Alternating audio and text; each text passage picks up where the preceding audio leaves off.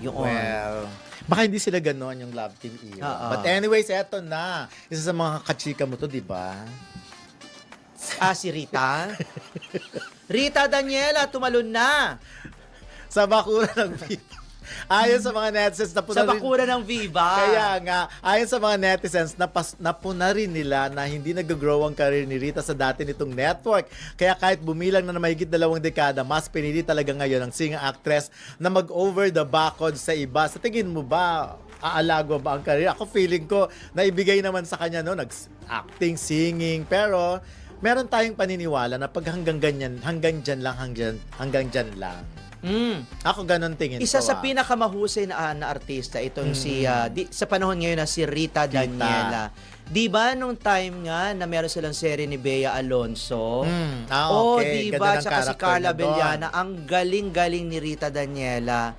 Siguro, hindi naman siguro in terms of career or growth. Kasi meron na nun eh. Nabibigyan naman siya noon eh. Siguro in terms of dami ng projects at yung pangmalakasang kita na pangsuporta sa kanyang Junakis, yun Okay. siguro. Kasi nabigyan naman sila ng project dati ni Ken Chan.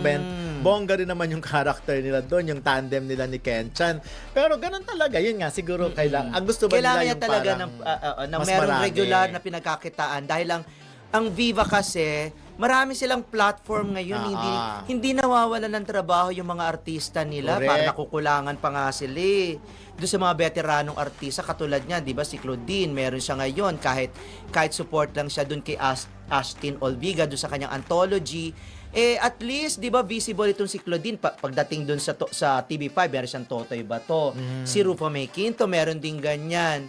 So, naniniwala ako na hindi naman growth ng artista mapansin ang kanyang husay kasi talaga namang every time itong si Rita Daniela ay umacting sa isang serye, napapansin ang kanyang husay. Oo. Yun nga lang, yun naniniwala nga ako na siguro pera-pera. Kasi kung gusto talaga ni Rita Daniela na mag-shine bilang isang actress, hindi siya pupunta sa Viva, pupunta siya sa kabila sa Ignacia.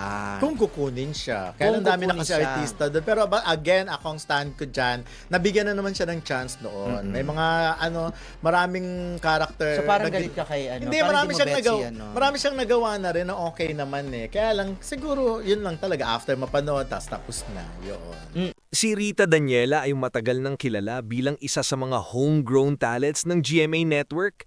Kaya kung totoo man nalilipat siya sa Viva Entertainment, malaking career move ito para sa kanya. Ano ang masasabi ko? Una, normal na sa showbiz ang network or management transfer. Hindi na ito bago sa industriya. Maraming artista ang lumilipat para mas mapalawak ang career opportunities, mas mabigyan ng ibang klase ng proyekto, ma-explore ang ibang image o genre. Ang Viva ay kilala sa matitinding pelikula, mainstream and digital platforms, music production, mas edgy at mas mature na branding ng artists. Kung lilipat man si Rita, maaring gusto niyang subukan ng mas daring o mas mature roles, mas mag-focus sa music career, lumawak ang exposure niya sa streaming platforms at pelikula. Posibleng epekto sa career niya. Rebranding, baka mag-iba ang image niya. Mas madaring na proyekto, kilala ang Viva sa mas mapanghasang content. Mas maraming pelikula, lalo na sa digital streaming at cinema releases. Pero syempre, may risk din. Paano tatanggapin ng fans? Makakakuha ba siya ng consistent projects? Paano ang relasyon niya sa dating network? Sa totoo lang, kung ito ay totoo, nakikita ko itong strategic move kung gusto niyang i-level up ang career niya. Si Rita ay hindi lang basta singer, mahusay din siyang actress at may strong personality. Ang Viva ay magaling mag-handle ng reinvention ng artists. Sa huli, ang mahalaga ay may growth, may quality projects, masaya siya sa career path niya. Ikaw, sa tingin mo ba magandang move ito para kay Rita? Kung totoo man ang balitang Rita Daniela tumalon na sa bakura ng Viva, masasabi kong isa itong malaking career shift at pwedeng maging turning point sa journey ni Rita Daniela. Matagal siyang nakilala bilang isa sa mga maaasahang talents ng GMA Network, kaya kung lilipat siya sa Viva Entertainment, hindi ito simpleng desisyon, strategic move ito. Positibong pananaw. Career expansion. Kilala ang Viva sa paggawa ng pelikula, serye, at digital content na mas malawak ang audience reach, pati international streaming platforms. Rebranding opportunity. Pwedeng mas makitang ibang side ni Rita, lalo na kung bibigyan siya ng mas mature o mas intense na roles. Music growth. Dahil music powerhouse din ng Viva, posible ring mas ma-focus ang pagiging singer niya. Mga posibleng hamon. Adjustment period sa bagong management at sistema, pagtanggap ng fans sa bagong image, pressure na patunayan ng sarili sa bagong environment. Pero syempre, ang paglipat ng artista ay hindi na bago sa industriya. Marami ng artists ang nag-level up dahil sa ganitong move. Kung may malino na plano at maayos na projects para sa kanya, pwede itong maging career breakthrough imbis na risk. Sa huli, ang mahalaga ay kung saan siya mas lalaki bilang artista at kung saan siya mas magiging fulfilled. Ikaw, sa tingin mo ba mas babagay siya sa estilo ng Viva? Kung pagbabasehan ng balitang Rita Daniela tumalon na sa bakuran ng Viva, masasabi kong ito ay hindi lang simpleng paglipat ng management. Ito ay maaling isang strategic reinvention sa career ni Rita Daniela.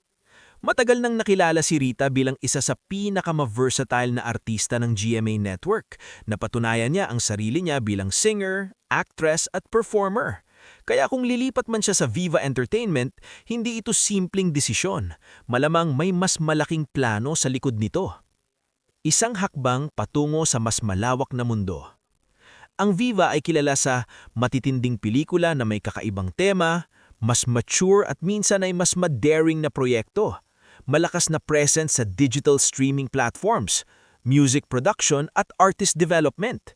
Kung dito tutungo si Rita, maaring masubukan niya ang roles na hindi niya pa nagagawa noon, mas mailabas ang kanyang pagiging dramatic actress, mas mabigyang pansin ang kanyang singing career. Ito ay pwedeng maging pagkakataon para ipakita ang mas grown at mas empowered na version ng sarili niya. Posibleng rebranding. Sa showbiz, mahalaga ang evolution. Hindi pwedeng pareho lang ang image mo taon-taon. Kung mananatili ang isang artista sa comfort zone, minsan nagiging stagnant ang career. Kung lilipat siya sa Viva, posible na mas maging bold ang image niya, mas maging experimental ang roles niya, mas ma-expose siya sa pelikula na may mas matapang na tema. At kung magtatagumpay ito, pwedeng mag-level up ang kanyang status bilang seryosong actress. Ngunit may risk din. Hindi natin maiikakailan na may kaakibat itong panganib. Paano kung hindi agad tanggapin ng fans ang bagong image? Paano kung hindi consistent ang projects? Paano ang relasyon niya sa dating network? Ang paglipat ay parang pagtalon sa bagong yugto. May excitement pero may uncertainty rin. Tibigo ko para sa akin, kung ang goal ni Rita ay growth, mas maraming oportunidad at mas creative na freedom, magandang move ito. Ang industriya ngayon ay mas digital, mas global at mas competitive.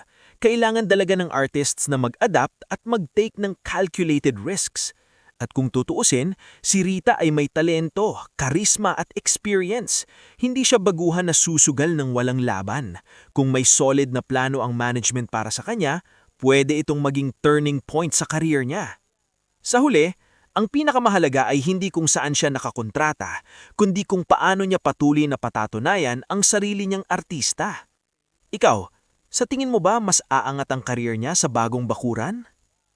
May ilan pang anggulo na pwedeng idagdag sa balitang Rita Daniela tumalon na sa bakuran ng Viva, lalo na kung susuriin natin ang mas malawak na epekto nito sa industriya at sa career niya mismo. Una, kung totoo man ito, maaring indikasyon ito na gusto ni Rita Daniela ng mas agresibong career positioning. Hindi lang basta paglipat, posibleng bahagi ito ng long-term branding strategy. Sa panahon ngayon, hindi na sapat ang pagiging TV actress lang. Kailangan may presence sa pelikula, streaming platforms at music scene. Dito malakas ang Viva Entertainment. Ang digital at streaming factor. Malaki na ang impluensya ng streaming platforms ngayon. Ang Viva ay malakas na digital arm at film distribution network. Kung mapapabilang siya sa mga proyekto na may international exposure, mas lalaki ang market niya hindi lang sa local audience, kundi pati overseas Filipinos. mas matinding music push. Huwag nating kalimutan na singer din si Rita. Kung mabibigyan siya ng mas seryosong music campaigns, collaborations at concerts, pwede siyang maposisyon hindi lang bilang actress na kumakanta, kundi bilang tunay na recording artist. Network Wars era is over.